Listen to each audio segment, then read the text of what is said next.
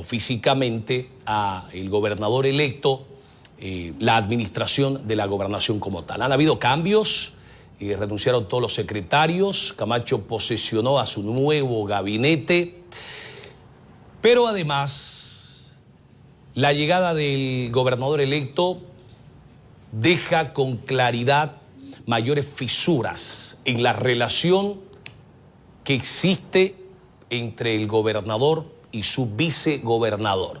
Ambos electos en las urnas, ambos electos con el mismo voto. Luis Fernando Camacho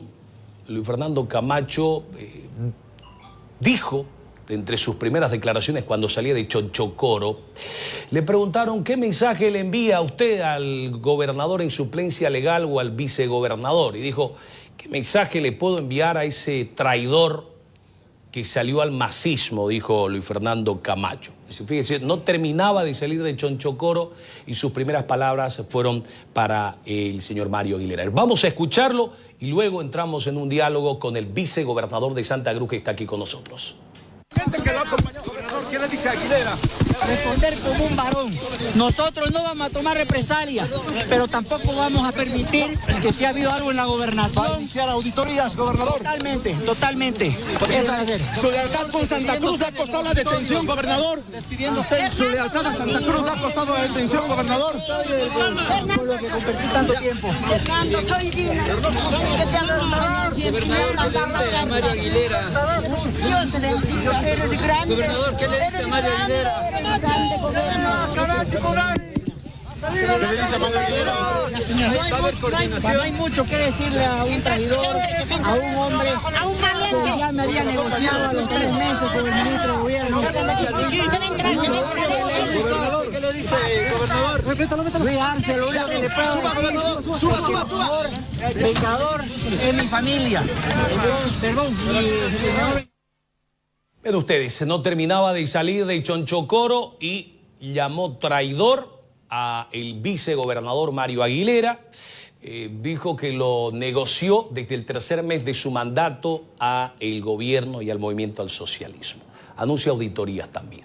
Está con nosotros aquí en los estudios de la Red de TV el vicegobernador de Santa Cruz. Es electo con el voto de los cruceños, casi 800 y tantos mil votos, al igual que Luis Fernando Camacho. Vicegobernador, buenas noches, gracias por atender nuestra invitación. Bueno, señor, un gusto siempre. Vicegobernador, ¿cómo lo está pasando en la gobernación? Han pasado casi una semana, casi 5 días desde que llegó Luis Fernando Camacho. Y no sé si ya se sentaron, si usted le entregó la silla, si le entregó la oficina, si le ha entregado los documentos, si se lo han permitido. ¿Cómo anda la relación con Camacho después de que este sale de Chonchocoro y dice que usted es un traidor? Primero vamos a hablar del traidor. O sea, es mitómano. ¿Quién? Luis Fernando, pues, mentiroso. Él dice que 3 meses de la gestión, o sea, mayo, junio, en julio del 21, yo lo había entregado a través de una reunión con el ministro de Gobierno, lo ha dicho varias veces, y que tenía pruebas.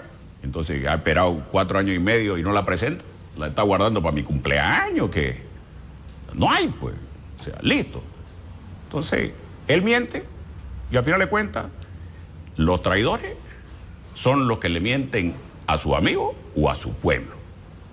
Y en ese sentido, creo que con el tiempo el propio Luis Fernando está aclarando todas estas dudas que él sembró.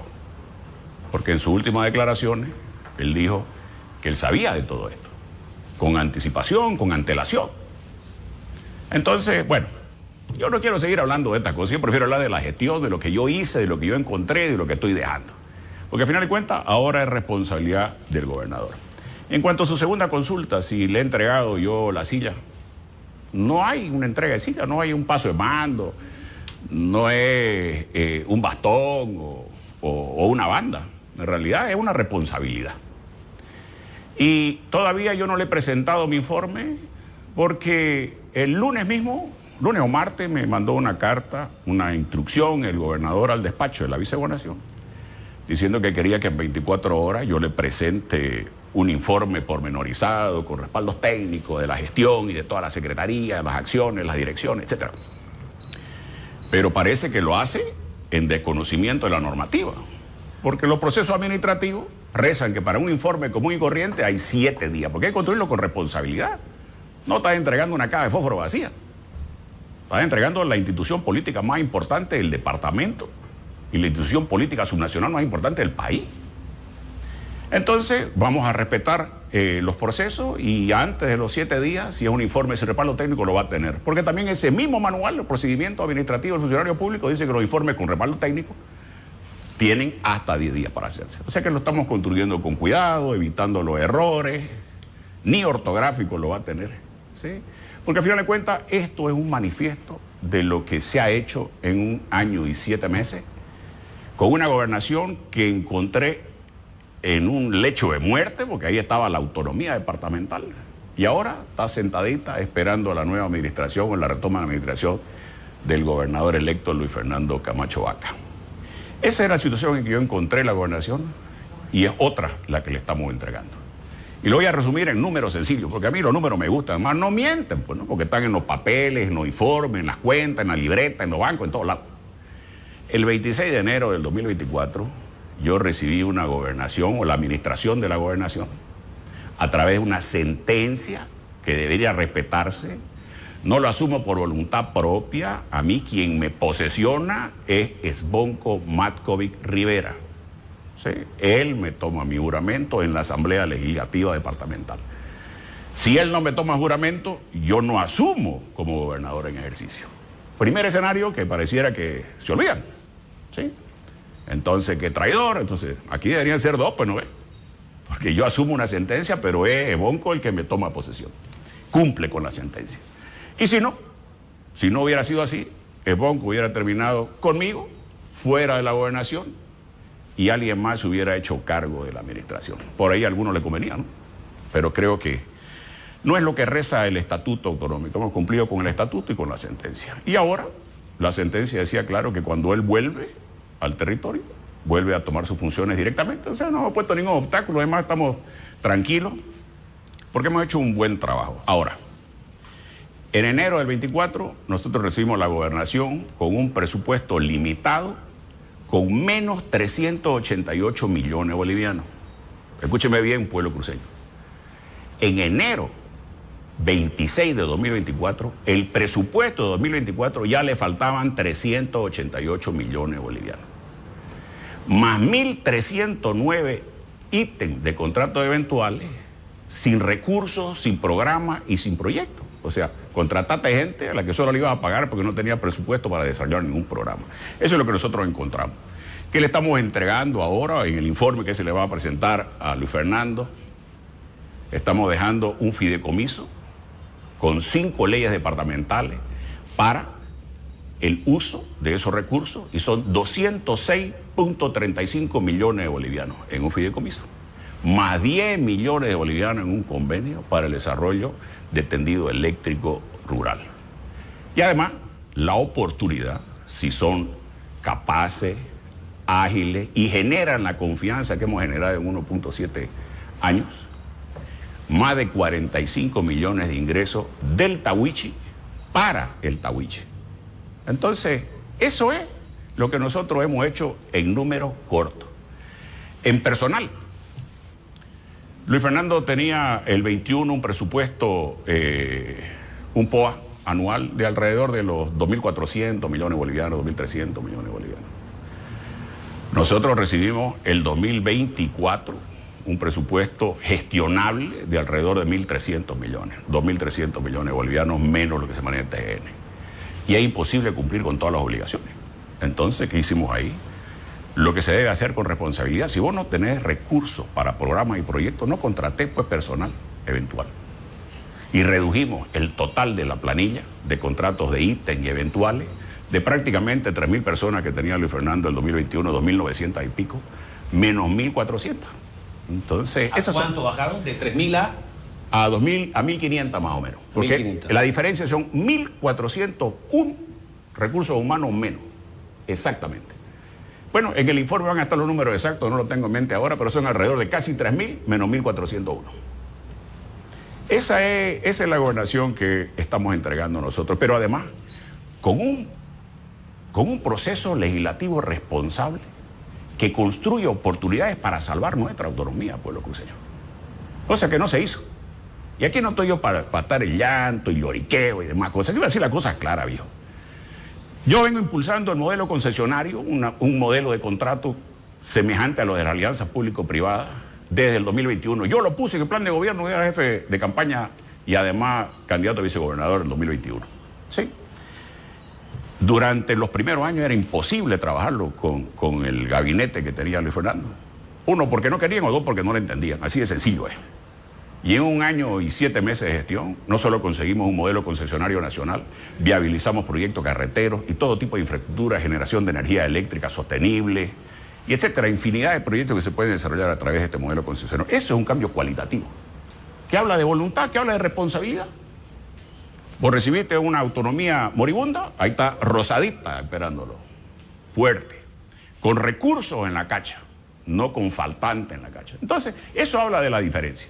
Y de aquí para adelante no queda más porque seguir trabajando, ¿no? Con todo lo trancapié que te quieren poner. Hoy día, por ejemplo, el gobernador Luis Fernando Camacho despidió a todo el personal del despacho de la vicegobernación. O sea, me quedé solín. ¿Ah? Así como lo querían hacer en mayo del 2021, cuando querían a través de la ley Loet eliminar el despacho de la vicegobernación. Bueno, resulta que ahora lo hizo porque no dejó a nadie. Votó a toda la gente. Y aquí es donde ya aparece otro tipo de tinte, otro tipo de acción, que son muy irresponsables en la administración pública. Porque esa gente cumple una función y la han cumplido por 4 años y algo más. El Estado, la gobernación, ha invertido en la preparación de esa gente, porque el proceso de construcción de conocimiento y de experiencia no es de un día para otro, no es la silla o el cargo o el memorándum de posesión el que te lo da. Proceso de trabajo, que además para mí es muy sensible porque me han acompañado en la construcción de esa visión metropolitana y ahora una planificación regional que es mucho más grande. Y con esto termino. Y seguimos conversando en base a sus consultas. No solo se construyó una visión metropolitana, sino que se construyó una visión y un plan de desarrollo regional en Santa Cruz. Completo, vinculado al IRSA Sur, al IRSA Norte, al Brasil productivo, al Paraguay productivo, a la Argentina productivo, mercados en el Pacífico. Entonces es una visión completa, una planificación general que le da oportunidades a la autonomía departamental, pero también desarrollo a la totalidad del país. Ahora, vicegobernador, usted dice que hoy día, estamos a jueves 4 de septiembre, 4 días después de que Camacho asume la gobernación, ha despedido a toda la gente del despacho del vicegobernador. Es decir, a usted no lo ha puesto Camacho porque le agrada o porque es su amigo. Es decir, usted está allí porque el pueblo cruceño le dio su voto y le dio un mandato. Hoy día ha despachado a todo el personal que trabaja en la vicegobernación. Es decir, no es que es como que el presidente despida a todos los funcionarios del vicepresidente, digamos. El vicepresidente es electo, le guste o no le guste, sea bueno o sea malo. Así es, votó a todos sin medir las capacidades que tienen esas personas, como le decía, pero además las funciones que han cumplido de manera excepcional todo este tiempo. En una relación que ha sido complejísima. El estatuto, la LOET y la MOF del Gobierno Autónomo Departamental de Santa Cruz dice que la vicegobernación es el ente o la entidad de relación entre la Asamblea Legislativa Departamental y el Ejecutivo Departamental. Entonces, ahora, ¿quiénes van a recibir la documentación de la Asamblea y quiénes van a devolver la documentación del Ejecutivo a la Asamblea? Hay que preguntarle, porque al final de cuentas no es a mí el que le hace daño, es a la gestión, es a la institución y es a la autonomía. O sea, no lo despiden a usted porque no es... No puede. Porque no puede. Seguramente. ¿Y ahora qué va a hacer? Porque la pega del vicegobernador es la coordinación con la Asamblea Legislativa. Correcto, y aunque mucha gente no sabe qué es lo que hace una vicegobernación, es prácticamente el ente articulador. Toda la documentación que relaciona las acciones del Ejecutivo, que fiscaliza el Legislativo, o todas las acciones de gestión de leyes del Legislativo al Ejecutivo pasan por la vicegobernación. Entonces ahora va a haber un corte, una no comunicación, inviabilizar el trabajo de coordinación entre el Ejecutivo y el Legislativo. Y cuando lleguen los pies de la Asamblea Legislativa Departamental, las peticiones de informe escrito, que son obligación del Ejecutivo responder en tiempo perentorio y generalmente corto, ¿cómo te va a comunicar? O sea, va a incurrir en falta el Ejecutivo porque no va a saber qué petición de informe le han hecho en el Legislativo. Y es sencillo. Cuando te hacen una petición de informe escrito y no lo respondes en el tiempo y con la solvencia necesaria, te llaman a una petición de informe oral. Y aquí se pudrió la loba, ¿no?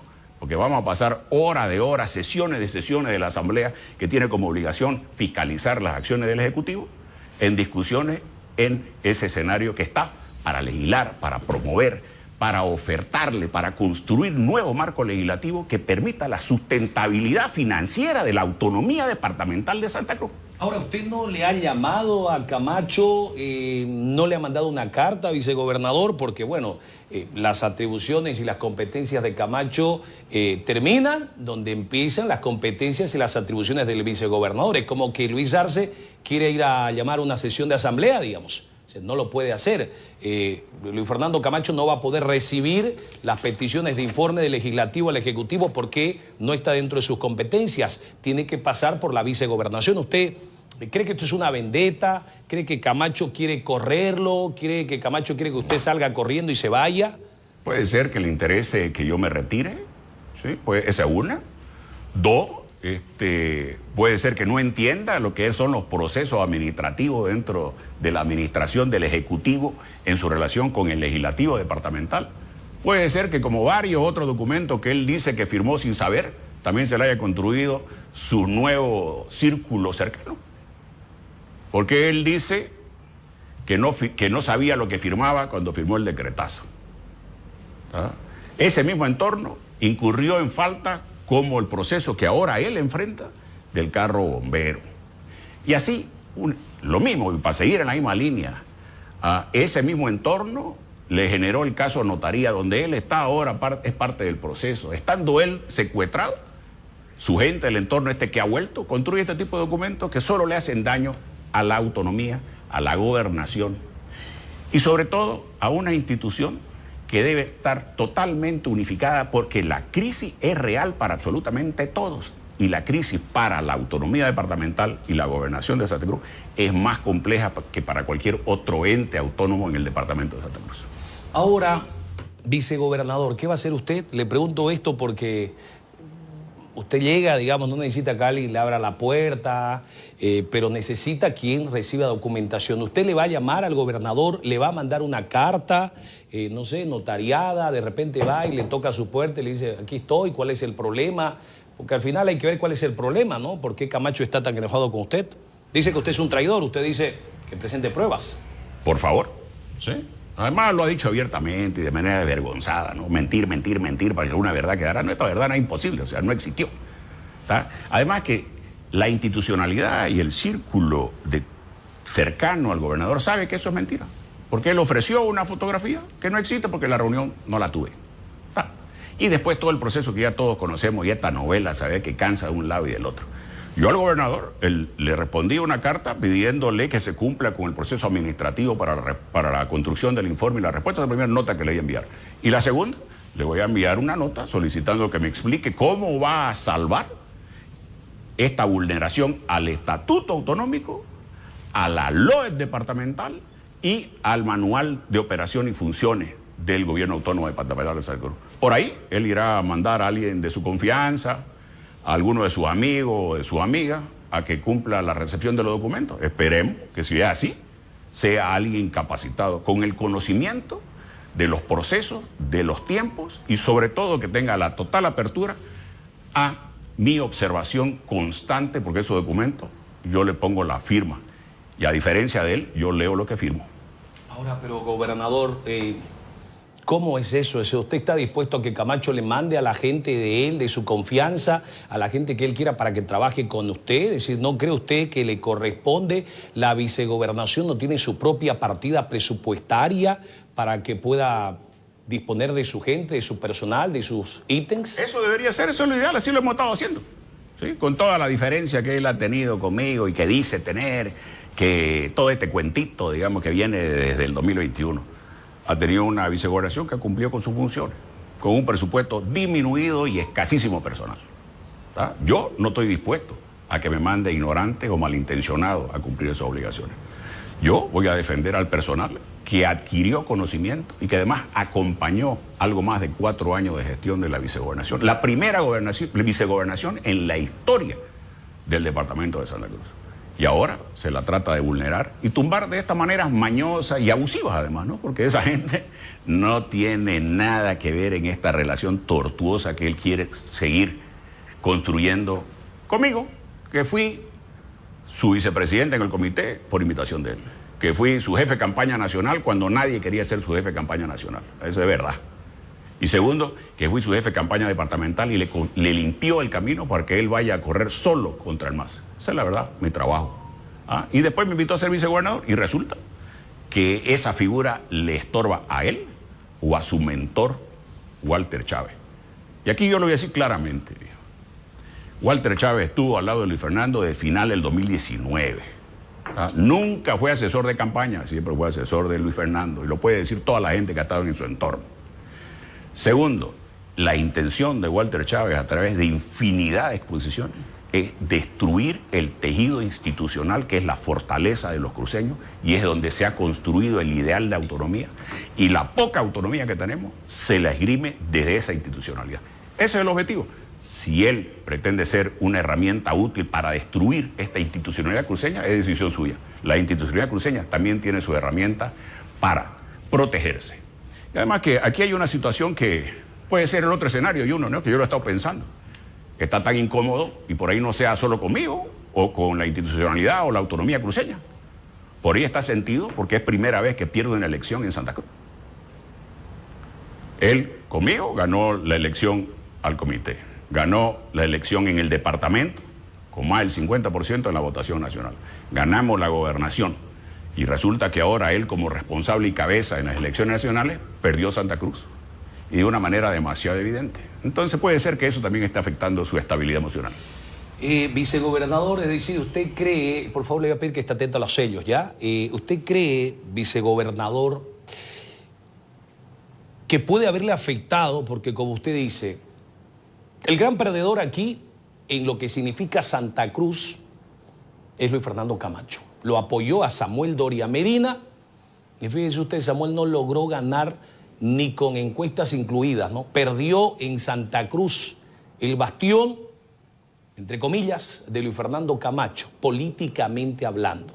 ¿Usted cree que eso ha dejado consigo un sinsabor a el gobernador de Santa Cruz? Porque Camacho le levantó el dedo y le levantó la mano a Samuel, pero eso no fue suficiente para que Samuel gane en Santa Cruz. Tuto, sin Camacho, terminó ganando en este departamento, uno de los departamentos más importantes que tiene el país, ¿no? Indiscutiblemente, la mayor votación en el territorio nacional está en el departamento de Santa Cruz. Prácticamente entre 29 y 30%. ¿Sí? Y yo creo que a nadie le gusta perder. Menos a un hombre que es gobernador electo, ¿sí? Pero que también como humano se equivoca o lo aconsejan mal. Aquí lo que no hay que hacer es dejarse mentir o engatusar con un círculo que esgrime intereses particulares por encima de los intereses regionales.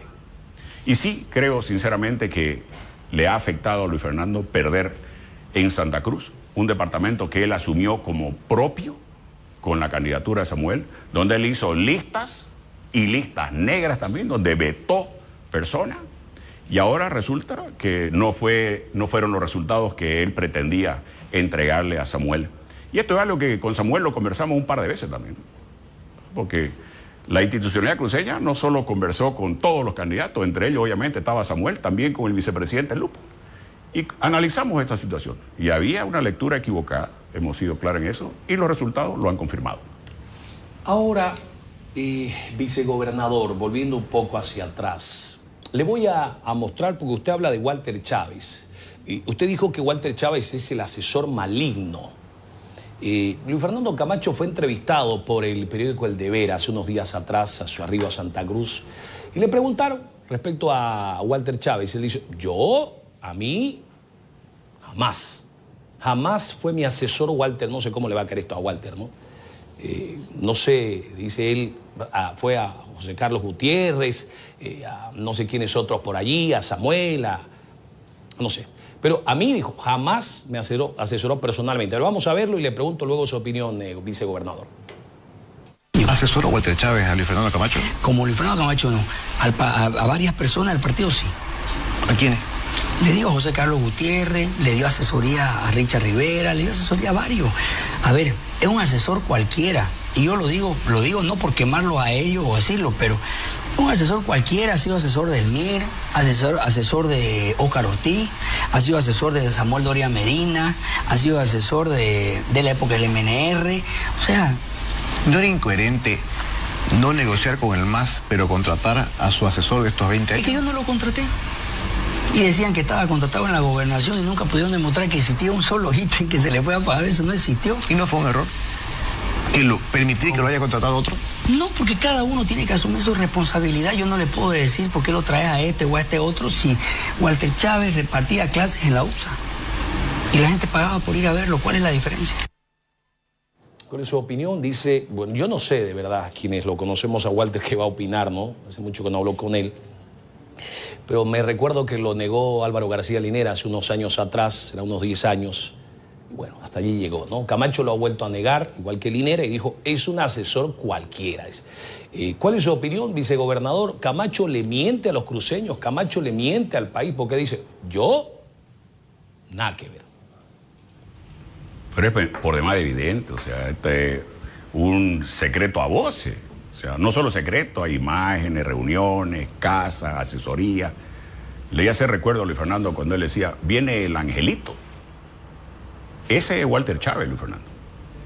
Al que usted le llamaba el angelito, en diciembre del 2019. Cuando lo conocí yo en su oficina, en su despacho. ¿En la gobernación? No, el 2019, en el despacho, en el bufete de abogados que tiene o tenía Luis Fernando. ¿Está? Y yo, a diferencia de él, no voy a seguir profundizando en estas cosas, porque yo no tengo una fotito aquí, digamos, ¿no? Pero en las redes, en los periódicos, existe un montón. ¿Sí? Segundo, hay un montón de gente que lo vio. Y un montón de gente respetable y franca que está en el ámbito de la política. Grandes políticos, y políticos jóvenes también. Y le voy a hacer recuerdo de esto a Luis Fernando. ¿Se acuerda en su casa? En la casa de Luis Fernando, cuando estábamos estudiando el plan de gobierno y Walter se sentaba a su derecha y hablaba de una infinidad de cosas, y una de ellas le contaba a usted cómo él lo había hecho presidente a Evo Morales y que así lo iba a hacer presidente a usted también. Listo, solo para muestra un botón, ¿sí? Ahora, él también lo declaró antes, hace años atrás, que Walter sí lo asesoraba y que era un asesor cualquiera, lo dijo antes, pero hablaba de asesorarlo a él, ¿no? Ahora resulta que asesoró a otro de sus correligionarios políticos. Está bien, ese es el problema de él. Lo que yo no estoy de acuerdo es que Walter Chávez sea un asesor cualquiera. Porque era un hombre que estuvo muy cerca a Evo Morales cuando cruceños fueron perseguidos, hombres muertos en la América, por un plan que se gestó con este hombre, Walter Chávez, presente en esa mesa.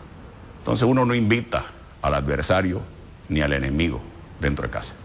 Además, basta con la presentación que el propio Walter hace de él. Y lo dice con orgullo, ¿no? Yo soy un destructor. Yo quiero que se me reconozca como un tanto, porque yo destruyo todo lo que entra. ¿Sí? Y a mí me quedó claro que él tiene un objetivo y es destruir la institucionalidad cruceña para inviabilizar la autonomía cruceña. Punto uno. Y después de eso, el resultado de lo que acabamos de comentar es que miente, pues. ¿Quién miente? Camacho. Luis Fernando, pues. Miente con que yo me reuní con el ministro de Gobierno. ¿Usted cree que si él tuviera esa foto, no lo hubiera presentado hace meses o años atrás? O el video, digamos. Oh, él dijo, él me dio mi cara pelada. Oiga, ¿usted se reunió con el ministro de Gobierno? No le dije. Hay fotos. Pídala, pues, mi hermano, le dije. No, pero me pide plata, es un problema tuyo, le dije. Si vos confías en mí, no gastas tu plata. Y si vos no confías en mí, pedirá la foto y mejor para los dos, porque no existe la foto de esa reunión. Nunca se dio. Es más, después el ministro de Gobierno en una entrevista dice que con el único que se reunió es con él. Con Camacho. Con Camacho. Sí, en el Conaltit, ¿se acuerdan? Y lo reconoce. Bueno, listo. Entonces, si miente en eso, ¿usted cree que no va a mentir en esto? Pero eso es algo que él tiene que dejar de hacer, creo yo. Dejar de mentir y enfocarse en administrar el ente subnacional más grande y con mayores responsabilidades por territorio y población del país. Eso es lo que yo creo que él debe hacer. Nosotros, en el informe, le estamos presentando todas las acciones que hemos hecho, toda la nueva legislación que se ha desarrollado en favor de no solo salvar nuestra autonomía, sino de fortalecerla. Y una invitación más que hay que hacerle a Luis Fernando: no se enfrasque en discusiones caseras. Santa Cruz es importante para el país, señores. Y en ese ámbito hay que trabajar.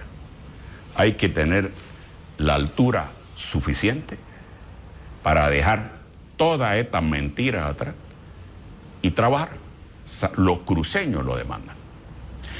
Y en ese sentido, hay 3 ejes que Luis Fernando dijo que iba a priorizar. Y voy a aprovechar la oportunidad, y me disculpa, Junior, de sus cámaras, para aclarar alguna de estas cosas, porque puede decir que no le dejamos nada, ¿no? Si es que sigue mintiendo, ojalá y mejore como persona. Dijo que el tema de salud, que los paros por el bono de vacunación, lo iba a arreglar. Lo arreglamos nosotros. Hicimos una reingeniería financiera tremenda, hicimos las gestiones necesarias, identificamos recursos que son de la Gobernación de Santa Cruz y estaban en cuentas públicas del Estado, lo juntamos, hemos pagado la parcialidad, algo más de 3/4 partes del bono de vacunación, y se hizo un reformulado en los hospitales para que cubran la diferencia y paguen el bono de vacunación. Por eso no hay paro del sector salud. Tema 1. Tema 2, los incendios. El año pasado, la Gobernación de Santa Cruz le dejaron 3.5 millones para atender todas las emergencias durante el año en 370.621 kilómetros cuadrados de departamento. Hicimos nosotros una modificación presupuestaria y llegamos a 5.5 millones de bolivianos. Bueno, había más recursos en la gobernación. ¿Saben qué, señores? Eso eran 15 centavos por hectárea para atender inundaciones, sequía y fuego.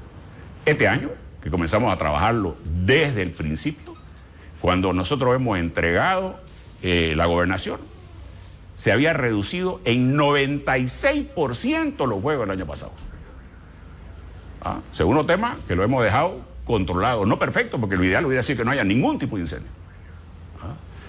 Y el otro tema, el estadio Ramón Tahuichi Aguilera. El estadio Ramón Tahuichi Aguilera, primero, que es un logro tener la final en Santa Cruz. Segundo, con mucho valor puede aceptar, por tiempo y crisis, la responsabilidad. ¿Y sabe a qué nos llevó eso? A desarrollar el modelo concesionario para Ramón Tahuichi Aguilera. Así participa el presupuesto que se aprobó para la final única de la Sudamericana en Santa Cruz el 22 de noviembre de 2025. UPRE, 44 millones, este gobierno central. Unidad de proyectos especiales, 44 millones, con una modificación ahora al 49 millones. La gobernación, 17.1 millones de bolivianos en modelo concesionario, no le cuesta un peso de esos pesos que no hay en el presupuesto de la gobernación. Es concesión. Y el tercero, la Conmebol, con $2 millones o 13.920.000 bolivianos al cambio oficial. ¿Sí?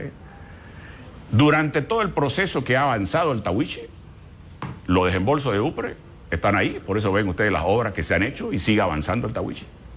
De la Conmebol todavía no llegó ni un boliviano. Eso es cierto, y ahí tengo una carta y hoy la comunicación de la última reunión con Conmebol, con Arena, con la Federación Boliviana y compañía, donde nos hicieron una oferta de no darnos los $2 millones y entregarnos las luces del Tahuichi. Y estamos de acuerdo que entreguen las luces funcionando, que son $2.100.000. Eso es lo que cuesta ponerle las luces al Tahuichi. ¿Sí? Y después, obviamente, quedaba ese vacío de los 13.920.000 bolivianos que ya no iba a poner Conmebol porque lo iba a poner en las luces, que tampoco han llegado las luces, por cierto. Ese vacío más la crisis nos obligaba a generar mayores recursos. Y lo hicimos a través del propio Tahuichi. El propio Tahuichi genera, a través de la concesión de palcos, de publicidad y de pantalla, más de 45 millones de bolivianos de ingresos que genera el Tahuichi para el Tahuichi. O sea, eso es gestión, señores. Y está mal que lo diga yo, pero lo voy a decir porque me costó. Y porque lo hicimos. El Tahuichi ahora genera millones de bolivianos de ingresos para su propio mantenimiento, mejoramiento, ampliación, en un plan que es de mediano plazo, porque vamos a tener el mejor escenario deportivo de fútbol en el país, y se llama Ramón Tahuichi Aguilera. Vicegobernador, no sé si usted lo escuchó al gobernador, ¿cuán real es el poder de Efraín Suárez? Lo escuché yo al gobernador, bueno, no quise polemizar porque considero que es innecesario, por lo menos por ahora. Dijo que el tema del audio que se publicó hace algunas semanas atrás es un audio falso. Bueno, yo realmente me quedé sorprendido porque el gobernador sabe que el audio no es falso. Y aquí tengo yo el audio, dura con exactitud 3 horas con 40 minutos. A ver, vamos a elegir una parte cualquiera del audio.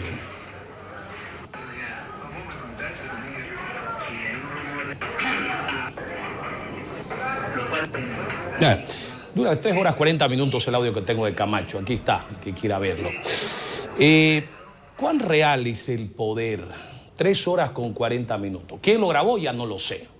¿Lo grabó Camacho? ¿Lo grabó Manuel Suárez? ¿Lo grabó Efraín Suárez? ¿O lo grabaron los policías? Ya no sé, eso no es mi trabajo. Pero alguien de estas 4 personas lo grabó el audio. 3 horas 40 minutos dura el audio, donde Camacho, Manuel Suárez y Efraín Suárez hablan de todo. ¿Cuán real es el poder de Efraín Suárez en torno a Luis Fernando Camacho, vicegobernador? ¿Tenemos tiempo? Yo le cuento cómo lo conocí yo a Efraín Suárez. En la campaña nacional teníamos una casa de reuniones en Equipetrol y las reuniones las teníamos en 3 habitaciones en el 2º piso y en planta baja habían habilitado un espacio con unas pizarras separado por puertas de vidrio donde Walter instruía personas, le pasaba clase o adoctrinaba, pues yo no sé porque yo nunca fui su alumno. Y entre esas personas estaba Efraín Suárez. Efraín Suárez, que es sobrino de Manuel Suárez. Y Manuel Suárez, un operador socio de Walter Chávez, siempre. Entonces, el poder o es de Efraín, o es de Manuel, o es de Walter. Pero al final de cuentas, esa trilogía ha operado desde el principio. Y yo lo conocí a Efraín cuando nos posicionaron en la mañana, el 3 de mayo, y el gobernador posicionó a su gabinete a las 7 de la noche. Ahí fue cuando lo conocí yo a Efraín. Y él figuraba como secretario de Justicia. Y de ahí modifica por algunas cosas complejas, como el decretazo, por ejemplo. Y Efraín deja de ser secretario y se convierte en asesor general. Y aquí hay un documento que prueba qué tan poderoso es o era Efraín en la gobernación de Santa Cruz cuando Luis Fernando no estaba. Cuando el gato no está en casa, los ratones no van a cuidar el queso, señores. ¿Sí? Hay un secretario de Hacienda, Orlando Saucedo, que le manda una comunicación interna a Efraín Suárez, no al gobernador electo Luis Fernando Camacho Vaca, ni al vicegobernador electo Mario Aguilera. Se la manda al asesor general Efraín Suárez. Y en esa nota le dice, señor, estos son los escenarios a futuro. No hay plata, no gasten más. ¿Y qué hizo Efraín y la estructura cercana a Efraín que administraba de manera descarada la gobernación de Santa Cruz? Se gastaron cientos de millones de bolivianos, entre ellos los 388 que faltaron en el 2024. Entonces el poder de Efraín es ese. Ahora, vicegobernador, antes de ir con mi siguiente entrevista, que ya está con nosotros el fiscal general, ¿ha pensado usted en postularse a la gobernación en el 2026? Se acaba ya la gestión, en marzo vamos a ir a las urnas a elegir a un nuevo gobernador, a nuevos alcaldes. ¿Ha pensado o se va a retirar usted de la política? No lo he pensado, lo he conversado muchas veces. ¿Sí? Y creo que valdría la pena si uno le sirve a la autonomía y a su pueblo. Pero aquí vamos a ser claritos. Nadie sabe si va a haber autonomía el 2026. Nadie sabe si va a ser viable la administración del gobierno autónomo departamental de Santa Cruz el 2026. Porque la crisis es real. Y en eso es lo que tienen que trabajar. Por eso yo 1 año y 7 meses he trabajado de manera comprometida para generarle reales condiciones de sustentabilidad financiera a la gobernación de Santa Cruz. ¿Y qué quiero decir con esto? El 95% del presupuesto de la gobernación viene de regalía y EHD, EIDH. ¿Sí? 95%. No hay gas, no hay petróleo, no hay ingreso. Desciende tu presupuesto del 2020 21, 20 más o menos, de 2.500, 2.600 millones, a 1.850 el año que viene. Y aquí están los números que deben que preocuparnos a todos.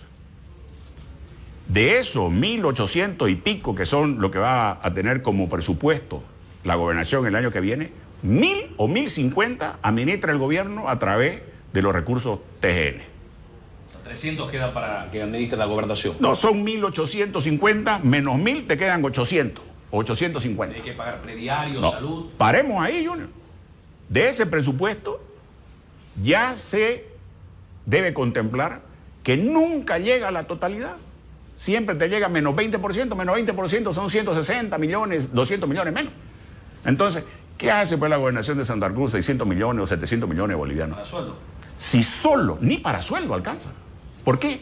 Porque el servicio de la deuda más las competencias delegadas suman prácticamente 490 y pico, 500 millones bolivianos. Vicegobernador, antes que se vaya el fiscal general que está con nosotros. Mi última pregunta, nada más. En la primera vuelta Camacho apoyó a Samuel, le fue mal. En esta segunda vuelta dice que no apoya a nadie. ¿Cómo lo ve usted? Porque no sé si es con o sin su venia, pero hay alguna gente cercana, creemos, que está abriendo casas de campaña en las provincias para apoyar a Rodrigo Paz y a Edman Lara. Así es. Hemos tenido conocimiento, vamos a buscar las pruebas para no ser irresponsable y caer en la misma bolsa de los demás. Pero sí, tenemos conocimiento que han abierto casas de campaña para apoyar a Rodrigo Paz y al ex capitán Lara. En Portachuelo lo ha hecho el asambleísta Marcelo Aróstegui y en San Ignacio lo ha hecho el asambleísta Yeli Valdivieso, si no me equivoco, que ambos dos son de la estructura de Creemos, de Luis Fernando Camacho Vaca. Entonces, o él los ha dejado a su libre albedrío, a sus asambleístas y a los que son miembros de su partido o de su agrupación ciudadana, o en su defecto están coordinando con Luis Fernando y Luis Fernando no nos dice la verdad. Gracias, vicegobernador. Le agradecemos gentilmente por haber atendido nuestra invitación. Buenas noches. Siempre un gusto. Muchas gracias. Vamos a hacer una pausa y seguimos con más. No se vayan. Detrás de la verdad. Detrás de la verdad. Detrás de la verdad. Y estamos aquí para entregar esta hermosa obra